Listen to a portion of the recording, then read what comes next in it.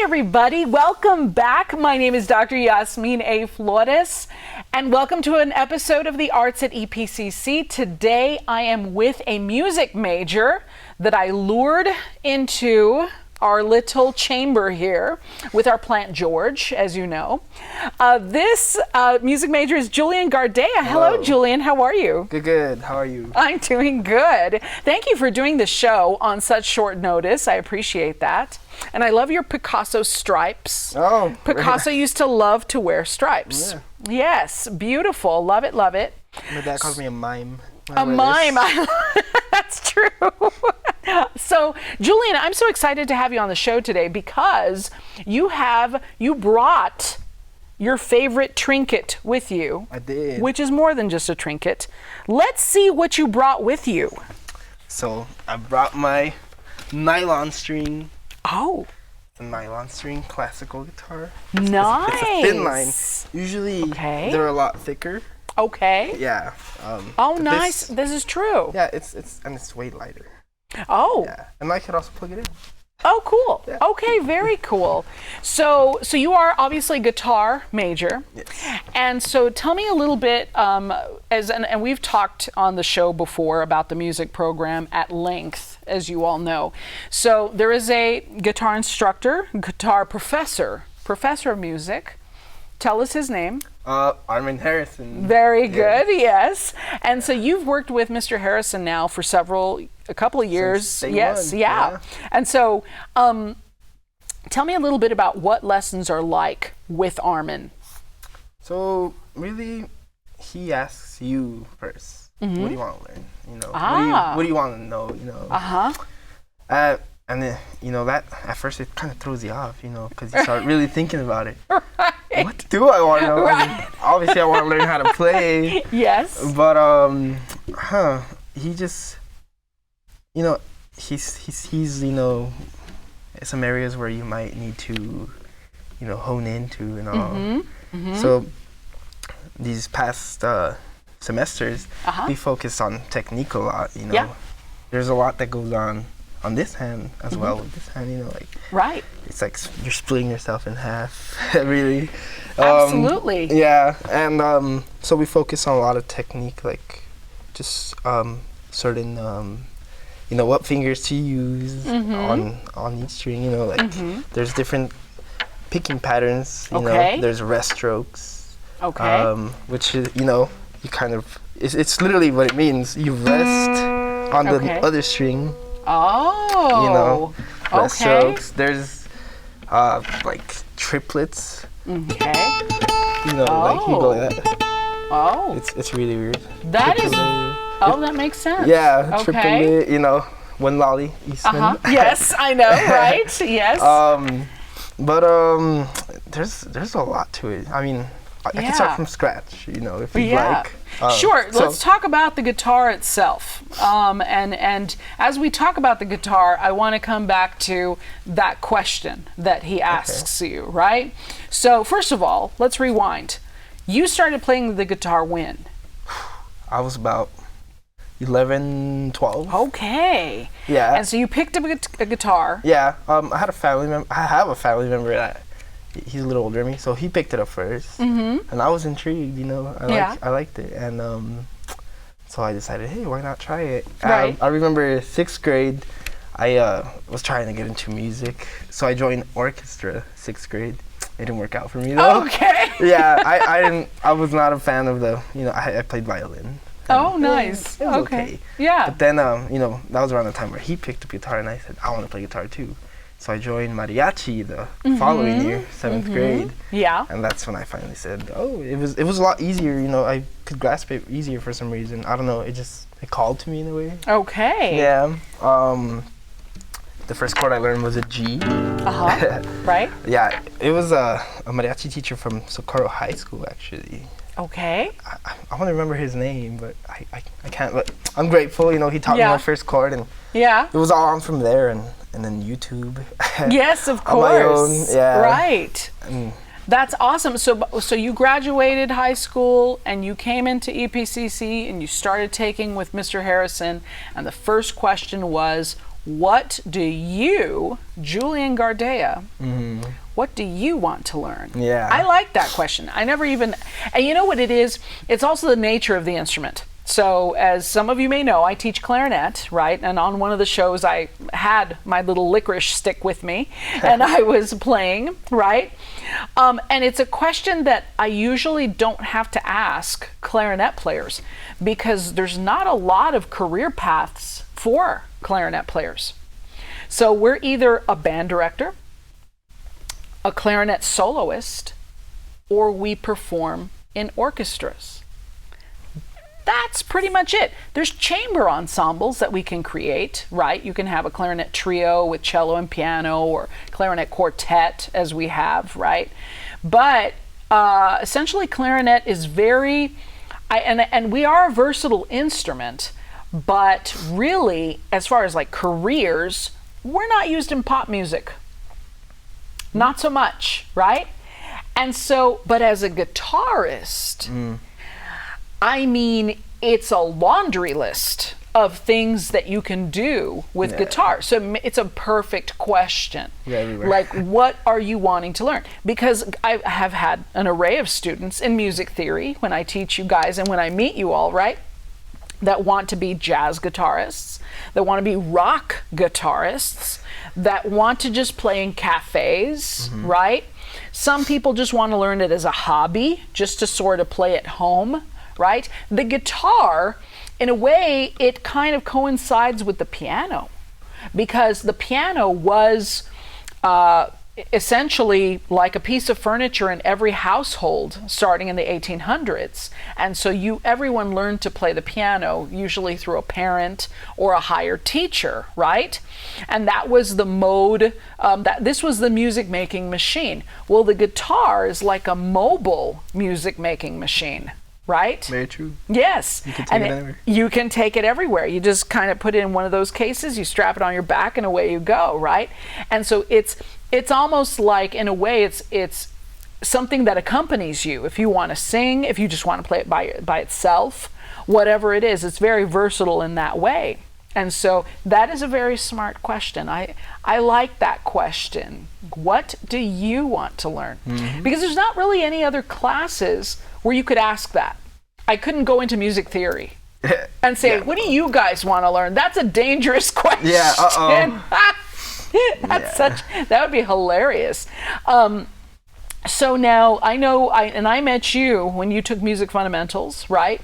And so and it's been amazing to see you progress as you've gone through the semesters, right? And so and your guitar playing has also progressed.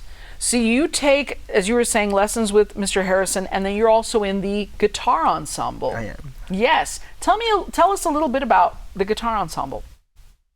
Well, guitar ensemble, Harrison takes a look at where you are as far as skill. You know, do you know how to read music? Right. All that. So a lot of students, me included, you know, when I first stepped into EPCC, I was never classically trained, really. So I knew the very basic stuff, like you know, reading music. Every good boy does fine. Face space. Right. I knew that, but you know, I couldn't really like correlate it to the fretboard. Ah, okay. You know. Sure. So he takes a look at that first, and he places you in a, like, if you don't know that much, he'll place you in the guitar 4 or 3, around those. Okay, let's explain what that is. Yeah. So because people are like, what is he talking about? So guitar ensemble music, from the little I know, because again, I'm a clarinetist, right? And so I just kind of watch you guys. All I know, I'm like the audience at home. You guys come out with your guitars, you look awesome, you have your sheet music, you put your sheet music down, you bow, and then you guys sit down and start playing. That's all I know. So when you say guitar 1, guitar 2, guitar 3, guitar 4, there are different parts, right? Not all of you are playing the same music, okay? So some of the folks at home may not know that, right? So they need you to kind of elaborate a little bit. So let's think about that. Okay. So together, in order to play some really awesome and phenomenal music, The guitar, explain guitar 4. What is the difference between each of the parts? So guitars 4 and 3s, it's mostly focused on the bass section, you would call it, you know? Okay. So there's a lot of they tend to hold out a lot of notes, or just emphasize on like, you know, the root or something. Sure. And they start off with just like very simple, like, you know, a whole note. And you know, that's a great thing about Harrison. He has his own pieces, and he aims to that, you know, how to get a sense of tempo, you know, okay, you're holding down, you know, a whole note or beats, depending on the time signature. Right. You know, sure. Whatever. But and then as it goes on, guitar 2s and 1s, it's more in the treble sections. You know, like up, you know, it's higher up in the, or you know, on the staff you would see it in the like more, the tenor section of it. Okay. Yes.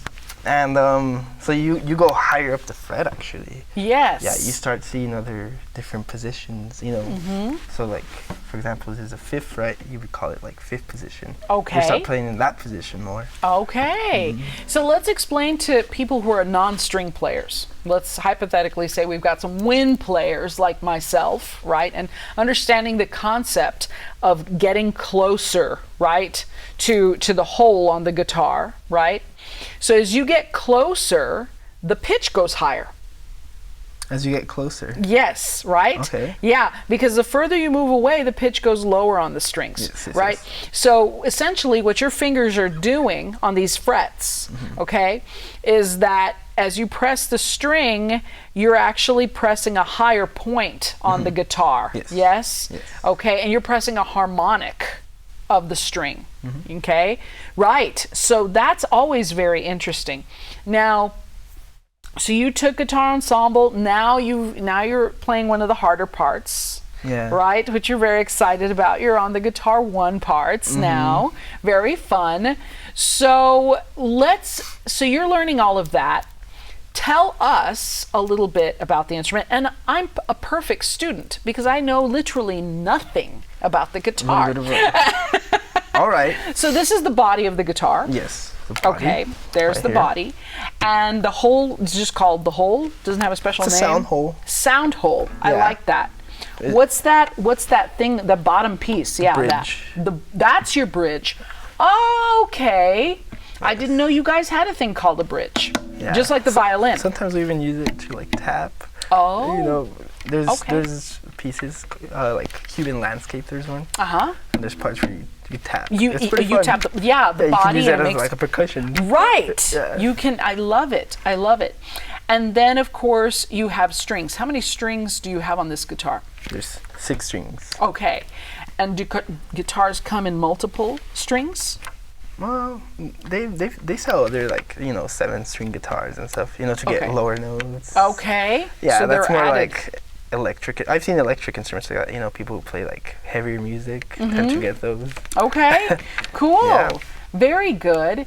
And then I have some silly questions, and maybe you can answer them, maybe not. I don't know. But there's some guitars that have like little circles on them, right? Like in between the frets. What is that? Well, those are markers. See, if you see right here, you have them up here as well. Oh, those little tiny dots on the side of your guitar. I love it. And it's just so you don't get lost. It sort of guides you, you know. You use it as a guide. Nice. You know, once you get to the 12th fret, it literally has 2, you know. Oh, how cool. Yeah. So okay. It's interesting. So it's tuned in fourths. With the exception of this string, in between the G string and the B string, it's a 3rd there. Then how interesting. Another 4th. And that's a standard thing. That's a standard tuning. So the order would go E, A, D, G, B, E. Yeah, you're right. I never thought of that. Yeah. There is a 3rd there. Oh, how interesting. Because when you play it, I can sing along because I've heard guitar players play those strings all the time, right? Yeah. How interesting. And then, okay, let's talk about further. Do you put your fingers on those metal pieces? Not directly on them. Okay, it's really interesting. The closer you are to the, it's called a fret, you know. Okay. So the closer you are, you get richer tone. If you're further away from it, it's not as rich, you know. Oh. It's really like technique. Oh, that's very interesting. Yeah. They tend to focus a lot on that. Wow. Yeah, so, you know, Harrison Not Mattel. they. You say we. We. Yes. Yeah. You are one of them, Julian. Yes, That's yes. right. Yeah, that's right. Good. I forget that sometimes. Okay. So those classical guitarists. Yeah, those guys. Yes, yeah, exactly.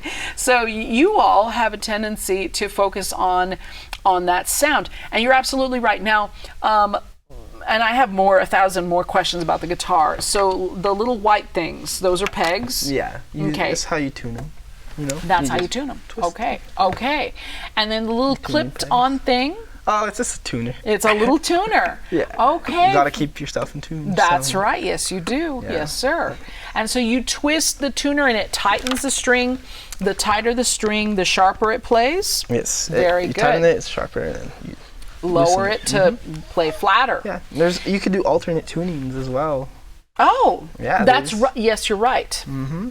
Yes. How interesting. Okay, now let me ask you 1,000 more questions about the guitar.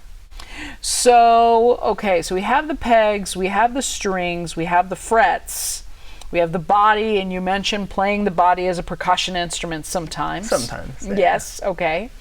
Now, can you play a chord progression for us? 1, 4, 5, 1 in C? 1, 4, 5, 1. Yeah. Okay. In C. Yeah. Okay. It's a little. Okay. All right. So that's a 1. Okay. A 4. A 5. Back to 1. Nice. Yeah. Now let's talk about those funny little hand positions that you're funny to me, right? And then I also have a question about your nails. So this is another fascinating thing to me. I learned from a colleague, it was actually Phil Pivovar, who one day was talking to a student about the nails, and I never thought about it. And he went into full detail about how they should take care of their nails. And I was like, goodness, I don't even take care of my nails. Yep. If you need any nail solutions, talk to Mr. Pivovar. You have to keep very strong nails because you play classical guitars with the nails, Yes. right? And not with a pick. No. Okay, picks are for what? Well, you could use them also on other acoustic guitars, you know. Mm-hmm. It's really, you know, out of choice, you know. Like, Okay. you know, people choose to use a pick, whatever. But Okay. classical guitarists, they tend to use your fingers more, Okay. of course. Yes. fingers. And is it always the nail, or do you use the fingertip as well? So here's the thing, you know. Okay. The nail, you know, it creates sort of a, you know, well, it's warmer on when the closer it gets to the skin. Okay. You know? Okay. And it sort of gets a lot. How do I say this? Like when you pluck it with your nail, it's like It affects the sharper, you know? sound. Yeah. Okay. Strident. Yeah. You can Maybe say that. that's strident. Yes, just- or a more it's maybe more reverb on the from this. No, no, it's as not. far as reverb, no. Is it more vibration with the nail? Just more Clearer, maybe you more know- crystal clear, maybe with the nail. a little more, you know, so it's like sharper, you know, like it just like Okay. it pierces more piercing. There you Got go. it. Ah, Couldn't we find had- it. It was in there. Yeah. Found it. Okay. Yeah. All right. So now let's talk a little bit about the chord progression and the hand position you were just playing. Yes. So I heard one time, and you can correct me, or correct the person that was telling me. Oh. So how many hand positions are there? Because somebody once told me there's very few hand positions. It's easy to play scales on guitar because you keep the same hand position. Not exactly. That's what I was thinking when that person told me. I was like, what? there Oh. when that. I think I know who you're talking about. And I glad- remember disagreeing in my head. Okay, good. Yeah, because when I heard that, I was like, well, Well, then everybody should play the guitar. Well, just makes it sound like a toy recorder. It's not fully wrong. See, this is just a root position, a major chord. And so you have your middle finger tucked in. Yes. Uh-huh. So that's a G, right? A G major. Yeah. If you move up two frets, you know, right here on the 5th fret, that's an A, and you have the same hand position. So he's not completely wrong. Okay, I'm glad you. I mean, I'm not necessarily glad that you remember who it was, but I do remember it was somebody like a couple of years back that had said this, and I was like, really? Yeah. Well. Yeah. It is kind of true in a way. Okay, so there is some truth to it. Okay. Check this out though. So major, right? Yes. And then if you just remove the middle finger. Minor. Oh. Yeah. What are you letting go of? Just the middle finger right here. It's you're essentially you're suspending right here.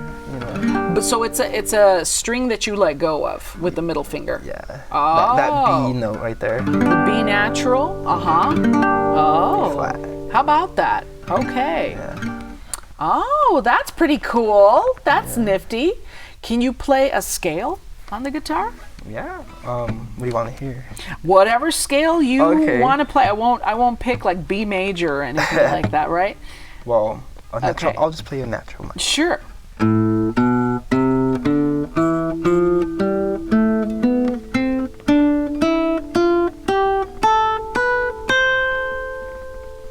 Cool. And what I'm noticing is that you're keeping your hand in the same position on the neck, right? Essentially. Like, in other words, the hand's not doing, it's not up and down. Okay. There's all right. variations to it. Okay. You can get flashy with it. Oh. But you got to be very familiar with your fretboard. Okay. Yeah, because so then that's another question, because technically speaking, one string can't one string play many notes, right? Yes, actually. So could you? I'm putting you on the spot. I do apologize, but my question is do you know another way to play that scale? So I played that in A, right? Mm-hmm. So you could go. Well, whole. There we go. Half.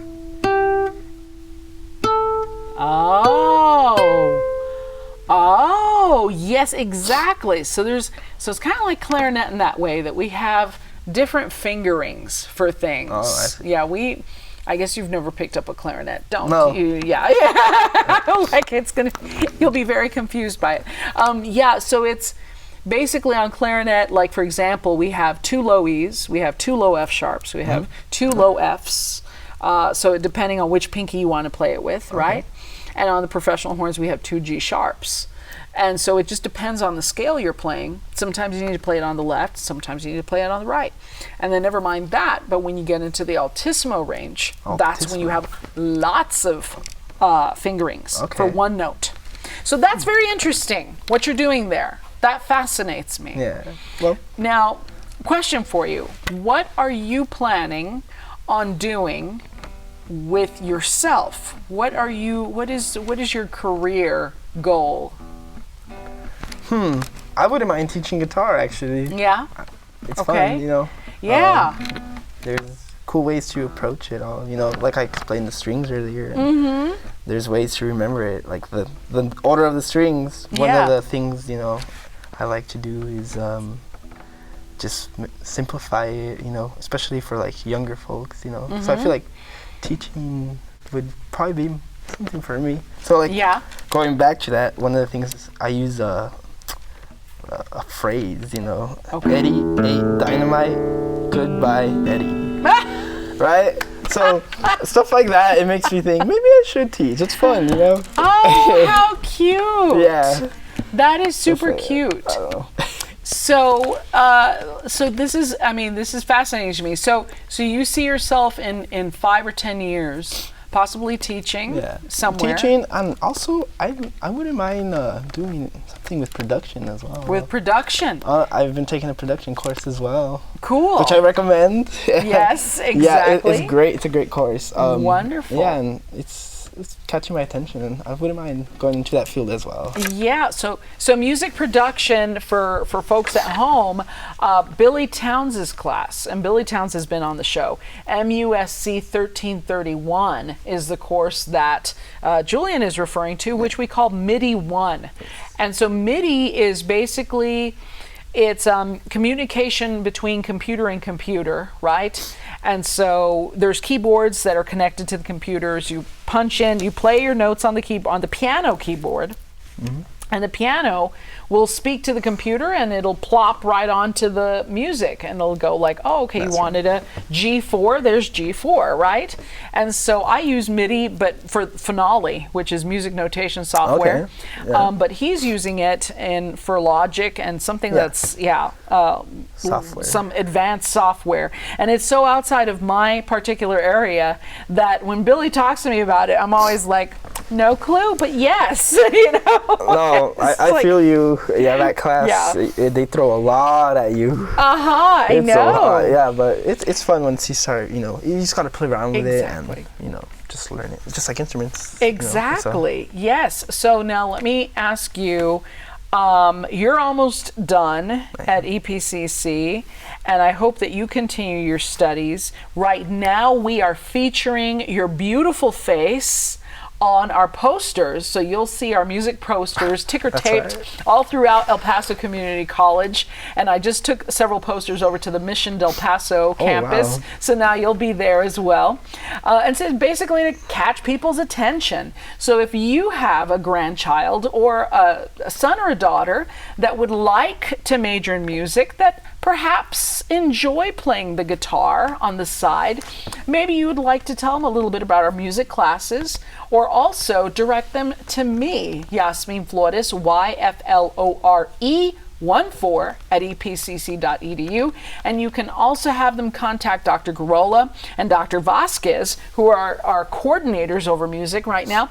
And you've taken my class, you've taken several classes. It's been a joy having you in our music department. You've been hilarious, just a comedian at times, right? Yes. But no, I really, every time each of you graduates, it makes me kind of sad. It's always bittersweet. It's we're happy for you, but then you leave us, and it's for the best. We'll make you all proud. That's right, exactly. Julian, thank you so much for being on the show today. And again, if you have any questions for us, please let us know. You'll see my contact information there at the bottom of the screen. All right, everybody, you guys take care. Thank you, and we'll see you soon. Bye-bye.